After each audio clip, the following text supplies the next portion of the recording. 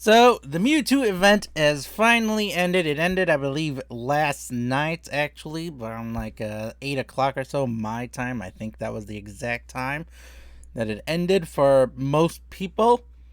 And now that the Mewtwo event is gone, I have to say, I miss it. And no, not just because we got to fight Mewtwo in a Dynamax raid with three other people. No, I missed it because it pulled out something in me that I've not experienced for a while now when it comes to the Pokemon games. And that is a challenge. A real challenge. Like, I look at Mewtwo as like a real challenge. Like, I can't just walk up to him and smack him, because if I do, he's gonna beat the living snot out of me. And that's what I think Pokemon, as much as I hate to say this, suffers from. Is that it no longer is a challenge. And I'm not talking about like other trainers, etc. I'm not talking about the challenge of building a team, etc. and challenging your friends into Pokemon battles. No, I'm talking about on its own, in game, Pokemon lacks a challenge at the most basic level.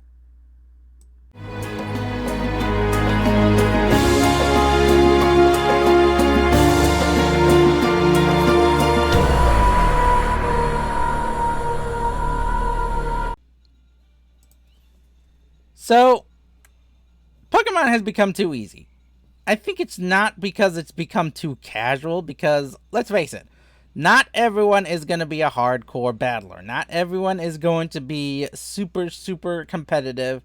Not everyone wants to become the very best. Some people just, some people just want to collect them all.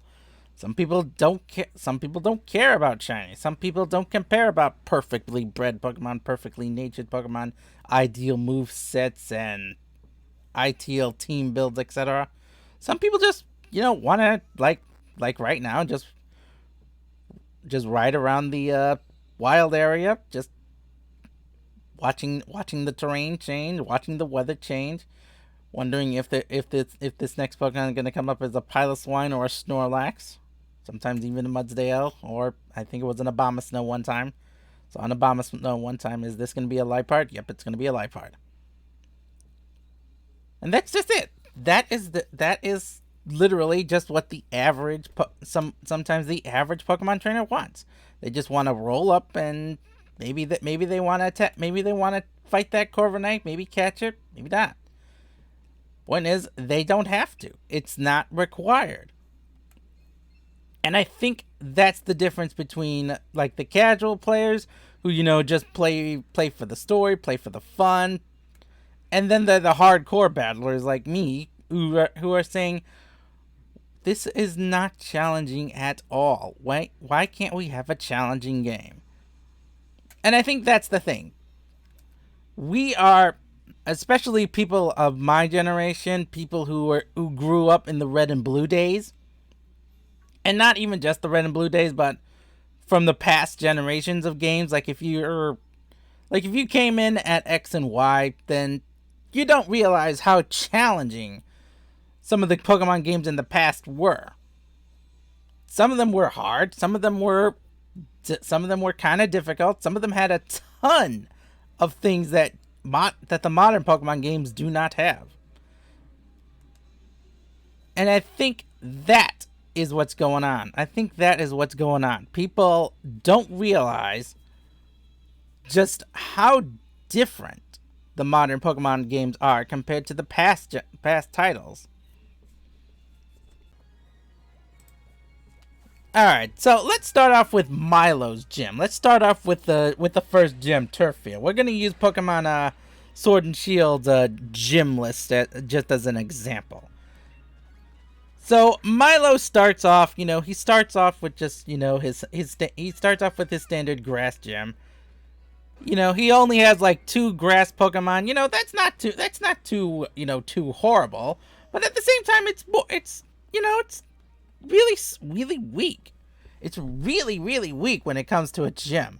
Like, I understand it's supposed to be the first Pokemon gym, But you think, but a gym leader is supposed to be a bit of a challenge. He's supposed to be like the first hurdle to show you that, gym leaders aren't cakewalks. They're not pushovers compared to the gym trainers.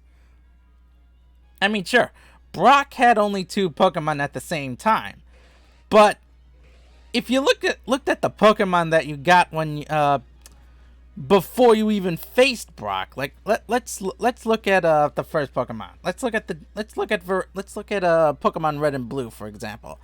Before you faced Brock, during the Red and Blue times, the first Pokemon you got that was any sort of advantage would be your starter. If you tried to attack him with bug types, if you tried to attack him with Charmander, if you tried to attack him with a flying type, you pretty much got destroyed almost every time, or you could not deal any damage at all. You could not do anything to his gym. You could not do anything to Brock. And he was the first real challenge. He showed you that he was going to be the first challenge. That he was going to do everything he can to try to win. And I think that's what we need to do. We need to make it so that Pokemon gym leaders are a bit more challenging. Not too challenging for newcomers, like say little 7-year-old Timmy who's picked up the game from who got the game from his mama for his birthday. But just challenging enough that, hey, this isn't gonna be a cakewalk, kid. It's not gonna be just a cakewalk. So let's just pretend that Milo's gym. Let's just pretend that Milo's gym. He has not 2 Pokemon, but 3 Pokemon. He leads off with, like, say, an Appleton. Just to show that he's got a Pokemon that's going to become, or not an Appleton. Or was it Appleton or Applin?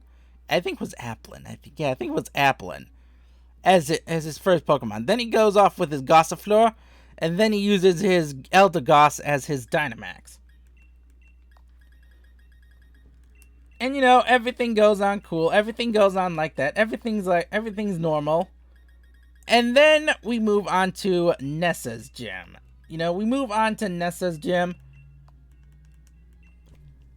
And this is where things start to change. This is where things start to change when it comes to the gym leaders. Nessa becomes your first real challenge. The first real challenge that the gym leaders offer.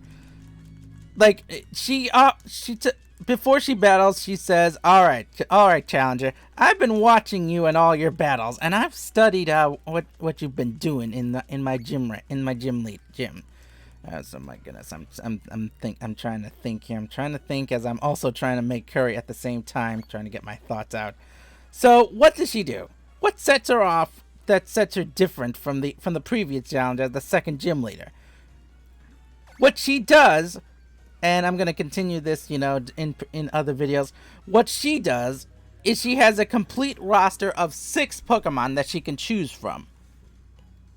A complete roster of 6 water Pokemon that she can bring into the battle. And what she'll do to make it a challenge is, depending on how many Pokemon you bring, she'll bring 1 more. So like, say if you bring a full roster of 6 Pokemon, she'll bring a total of 6 Pokemon as well. That's including her Dynamax.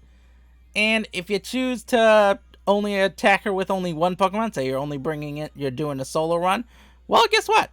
She brings 2.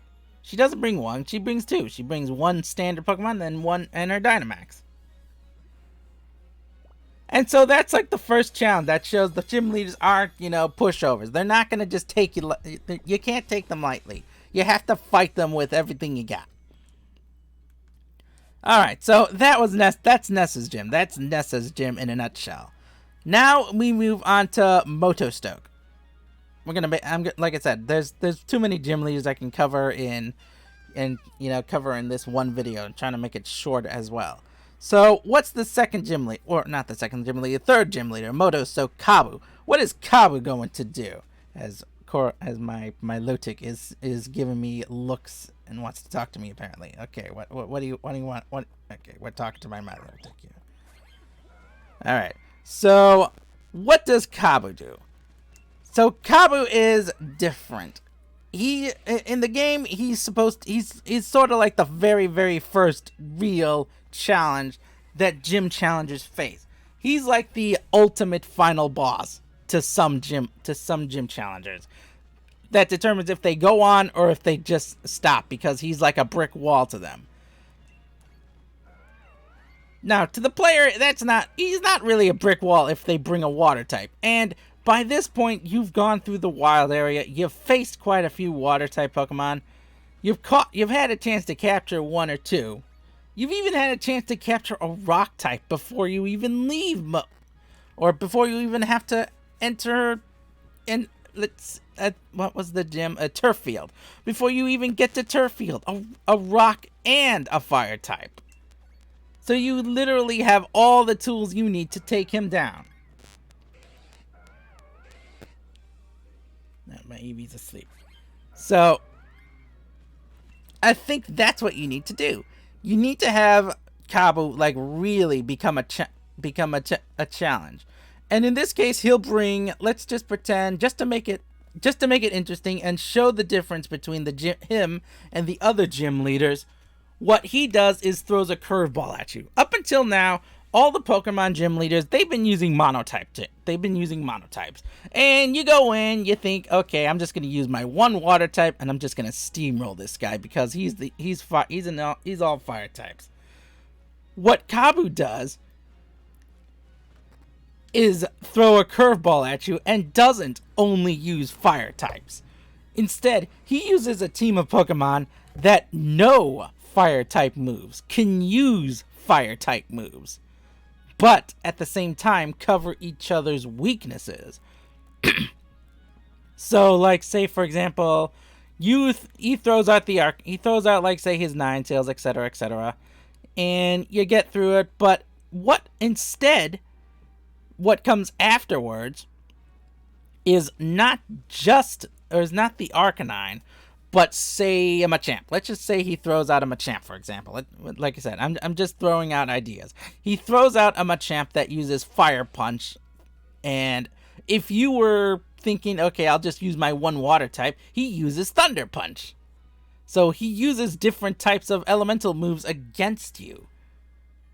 And at the end, he uses his Centiskorch that, unlike what it currently knows, which is Flame Wheel, Bug Bite, Coil, and Smokescreen, when it Gigantamaxes, his Centiskorch actually uses different types of moves. He knows a fire type move, he knows a bug type move, and to help counter his main weakness, which is water types, he brings out a grass type move. So that's what he does. He messes the player up by throwing a curveball into the gym leaders only use one type wrench. There we go. Those are my ideas. So you beat him, etc., and he teaches you that no, you can't just rely on one type of Pokemon to win all your battles. Your team needs to be flexible and be able to cover multiple types if you're going to win from here on out. And he teaches the player, especially, little Timmy who's 7 years old, that he can't just rely on his starter to win every battle. Because until then, technically the starter could have won every battle. Like if we were talking about, some of the starters, like even the water starter, even Sobble. Like Sobble could have won against Milo's gym, even though it's a water type. Sobble's evolutionary line could have won against Milo, and that's what I'm saying. Same thing with Nessa. Even though Dreadnought is a water and rock type, that rock type weakness actually makes it neutral for water types. So again, the Sobble line could have technically taken on Nessa's gym with ease. As for Motostoke, well, Kabu is a fire type gym leader, so yeah, the Sobble line could easily just wreck him. Unless, of course, like I said, he has moves that counter his weaknesses. Like either give him Pokemon that either run different types of moves, as well as running fire type moves, or give his Pokemon, moves to help counter their weaknesses. Like, say, give Ninetales, for example, make it learn Solar Beam, for example. Give Arcanine Wild Charge. Give Centiskorch Grass type moves, Power Whip. Give him ways to counter his counters. That's what I'm saying. That's what I'm suggesting. I hope you guys learned a thing or two, or not learned a thing or two, what am I saying? I hope you guys liked what I said in this video, and I hope you guys, like, just the video in general, and I'll talk about other gym leaders. I'll talk about the other gym leaders, starting with the 4th gym leader, then moving on. Finding ways that we could make Pokemon more challenging, not only to veterans, but also make it more interesting, more dynamic, and more fun, especially for new players who are, coming into Pokemon, and, teach them how to play the game, so that they're not just so that little Timmy is not just running one Pokemon the entire time. I'll see you all next time. Bye-bye!